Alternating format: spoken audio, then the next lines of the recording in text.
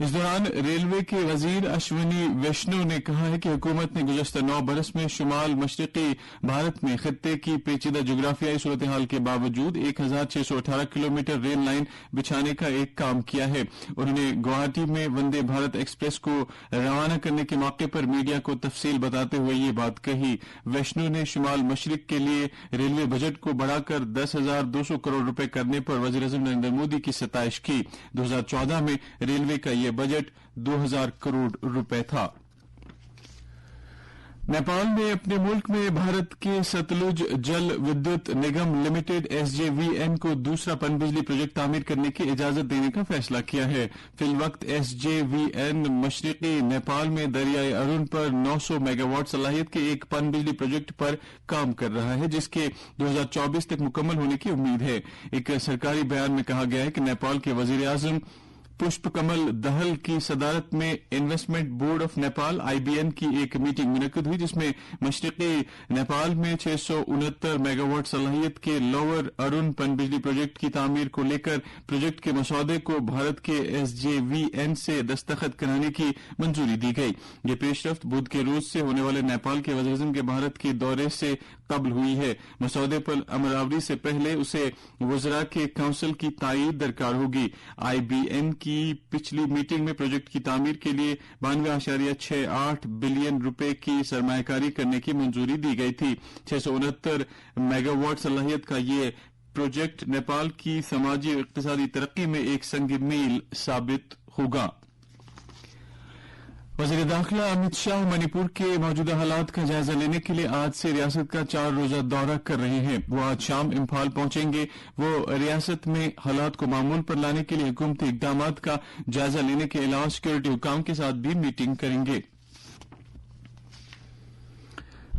گاندربل کے PET college میں آج نہرو یوا کیندر سری نگر کی جانب سے نوجوانوں سے متعلق یوا اتسو منعقد ہوا جس میں رکن پارلیمنٹ ڈاکٹر فاروق عبداللہ نے مہمان خصوصی کی حیثیت سے شرکت کی. پروگرام کا مقصد نوجوانوں کی صلاحیتوں کو اجاگر کرنے کے علاوہ انہیں مثبت اور صحیح سمت دے کر نتیجہ خیز موڑ کی جانب متوجہ کرنا تھا. اپنی تقریر میں ڈاکٹر فاروق عبداللہ نے پروگرام کے انعقاد کی ستائش کی اور کہا کہ ایسے پروگرام منعقد کرنے سے نوجوانوں کی صلاحیتوں کو صحیح راہ دینے میں مدد مل سکتی ہے تاکہ وہ اپنا اور جموں کشمیر کا نام روشن کر سکیں. انہوں نے کہا کہ کشمیر کے نوجوانوں میں صلاحیتوں کی کمی نہیں ہے لیکن ان کی نشاندہی کرنے اور صحیح سمت دینے کی ضرورت ہے. انہوں نے پروگرام میں شریک نوجوانوں میں انعامات اور مومنٹو تقسیم کرنے کے علاوہ بچوں کی سیر و تفریح پر لے جانے کے لیے 50,000 روپے دینے کا بھی اعلان کیا. اسمارٹ سٹی پروجیکٹ کے تحت شہر سری نگر کو مزید جاذب نظر بنانے کے لیے متعدد پروجیکٹوں پر کام شدت سے جاری ہے. دریائے جہلم کی عظمت رفتہ کی بحالی کا کام بھی جاری ہے اور اس کے کناروں کو بھی دلکش بنانے کے لیے رنگا رنگ پھولوں اور خوبصورت روشنیوں سے سجایا گیا ہے جس کی وجہ سے آج کل SPS میوزیم سے لے کر زیرو برج راج باغ تک جہلم کے کنارے لوگوں کا خاص رش دیکھنے کو مل رہا ہے. ترکی میں رجب طیب اردغان نے صدارت انتخاب جیت لیا ہے اور ان کا دور اقتدار تیسری دہائی میں داخل ہو گیا ہے. اردغان نے دوسرے مرحلے کی ووٹنگ میں اپوزیشن لیڈر کو ہرایا. ترکی کی سپریم الیکشن کونسل کے ابتدائی اعداد و شمار کے مطابق 99.43% گنے ہوئے ووٹوں میں سے اردغان نے 52.14% ووٹ حاصل کیے ہیں جبکہ ان کے مد مقابل امیدوار کو 47.86% ووٹ ملے ہیں. وزیر اعظم نریندر مودی نے رجب طیب اردغان کو ترکی کے صدر کی حیثیت سے دوبارہ منتخب ہونے پر مبارکباد دی ہے. ایک پیغام میں وزیر اعظم مودی نے اس اعتماد کا اظہار کیا کہ عالمی امور پر بھارت اور ترکی کے باہمی تعلقات اور تعاون جاری رہے گا اور ان میں آئندہ وقت میں اور اضافہ ہوگا.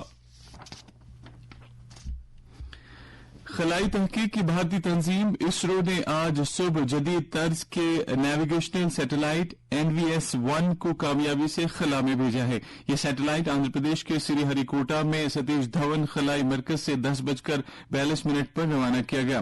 اس مشن کا اصل مقصد NVS-1 نیویگیشن سیارچے کو مدار میں اتارنا ہے جس کا وزن تقریباً 2,232 کلو گرام ہے. اس سیارچے کو کامیابی کے ساتھ روانہ کرنے کے بعد بھارت دنیا کے 3 ملکوں کی مخصوص فہرست میں شامل ہو گیا ہے. فوج کے سربراہ جنرل منوج پانڈے نے دلی میں قومی جنگی یادگار پر گلہائے عقیدت نذر کیے. اقوام متحدہ اور وزارت خارجہ کے نمائندوں نے بھی قومی جنگی یادگار پر پھول چڑھائے. قومی جنگی یادگار پر گلہائے عقیدت پیش کرنے کی تقریب کا اہتمام اقوام متحدہ قیام امن فوجیوں کے 75ویں دن کے موقع پر کیا گیا تھا. قیام امن فوجیوں کے 75ویں دن کا موضوع ہے پیس بگنز ود می. فوج کے سربراہ جنرل منوج پانڈے نے قیام امن فوجیوں کے دن کے موقع پر ان بھارتی فوجیوں کو خراج عقیدت پیش کیا جو جنگ زدہ ملکوں میں شہید ہوئے تھے. بحران سے دوچار کانگو سے لائبیریا اور لائبیریا سے جنوبی سوڈان تک بھارت نے 51 سے زیادہ اقوام متحدہ قیام امن مشنوں میں 3 لاکھ سے زیادہ قیام امن فوجیوں کو تعینات کیا ہے. سرحدی security forces B S F نے ایک ڈرون کو مار گرایا جبکہ اس نے کل پنجاب میں بھارت پاکستان بین الاقوامی سرحد کے نزدیک ایک اسمگلر کو 3 کلو 200 گرام منشیات کے ساتھ گرفتار کیا ہے. امرتسر میں بی ایس ایف کے ڈی آئی جی سنجے گوڑ کے مطابق 27 اور 28 مئی کی درمیانی شب بی ایس ایف کے جوانوں نے دھونیا خرد گاؤں کے نزدیک ایک ڈرون کو مار گرایا. Government College of Engineering and Technology Jammu کو بہتر تکنیکی تعلیم فراہم کرنے کے سلسلے میں نیشنل بورڈ آف ایکریڈیشن کی جانب سے انڈر گریجویٹ انجینئرنگ کورسز کے سبھی 5 شعبوں کے لیے ایکریڈیشن سٹیٹس مل گیا ہے. All India Council for Technical Education کی جانب سے بھی مذکورہ کالج کو سول اور الیکٹرک انجینئرنگ کے 2 شعبوں کے لیے ایم ٹیک پروگرام شروع کرنے کی بھی منظوری ملی ہے. ابھی ملی اطلاع کے مطابق ڈوڈا کے رگی نالہ میں ایک حادثہ پیش آنے سے 3 افراد کی موقع پر ہی موت واقع ہوئی ہے جبکہ ایک اور زخمی ہو گیا ہے. بانڈی پورہ کے کلوسا علاقے میں آج آگ کی ایک ہولناک واردات میں 3 رہائشی مکان جل کر خاکستر ہو گئے جس سے 5 کنبے رہائشی سہولیات سے محروم ہوئے. فائر سروس پولیس اور فوج کی بروقت کارروائی سے آگ کو مزید پھیلنے سے روکا گیا. مقامی لوگوں نے انتظامیہ سے متاثرین کے حق میں فوری امداد کی اپیل کی ہے.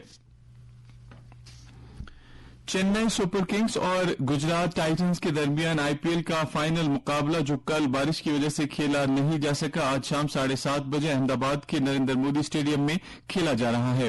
آئی پی ایل کی تاریخ میں ایسا پہلی بار ہوا ہے جب فائنل مقابلے کو دوسرے دن کے لیے ریزرو کرنا پڑا ہو. البتہ مؤخر کیے گئے کھیل کے لیے خریدے گئے ٹکٹ آج بھی قابل استعمال ہوں گے. وادی میں آج سپہر کے بعد موسم نے پھر کروٹ بدلی اور بارش کا سلسلہ شروع ہوا. مسلسل بارشوں کی وجہ سے کسانوں اور باغ مالکان میں فکر و تشویش کی لہر پائی جاتی ہے. موسم ابتر رہنے کی وجہ سے کئی علاقوں میں پنیری کو نقصان پہنچنے کا احتمال پیدا ہو گیا جبکہ بارش کے ساتھ ساتھ ژالہ ہونے سے میوہ باغات کو اور کھڑی فصلوں کو بھی زک پہنچا ہے. نشیبی علاقوں میں کھیت پانی سے بھرے ہوئے ہیں جہاں لوگوں کو پنیری لگانے میں مشکلات درپیش ہیں. محکمہ موسمیات نے اگلے 2 روز تک موسم ابتر رہنے کی پیش گوئی کی ہے. اس دوران محکمہ موسمیات کے مطابق جموں کشمیر میں اگلے 24 گھنٹوں کے دوران کہیں کہیں پر درمیانہ درجے کی بارش یا گرج چمک کے ساتھ چھینٹیں پڑنے کا امکان ہے. سری نگر میں آج دن کا زیادہ سے زیادہ درجہ حرارت 23.9 ڈگری سیلسیس جبکہ کل رات کا کم سے کم درجہ حرارت 12 ڈگری سیلسیس ریکارڈ کیا گیا. جموں میں آج دن کا زیادہ سے زیادہ درجہ حرارت 35.2 ڈگری سیلسیس جبکہ کل رات کا کم سے کم درجہ حرارت 22.2 ڈگری سیلسیس ریکارڈ کیا گیا. ادھر لیہ میں آج دن کا زیادہ سے زیادہ درجہ حرارت 18.8 ڈگری سیلسیس جبکہ کل رات کا کم سے کم درجہ حرارت 1.8 ڈگری سیلسیس درج کیا گیا. اس کے ساتھ ہی خبروں کا یہ بلیٹن ختم ہوا.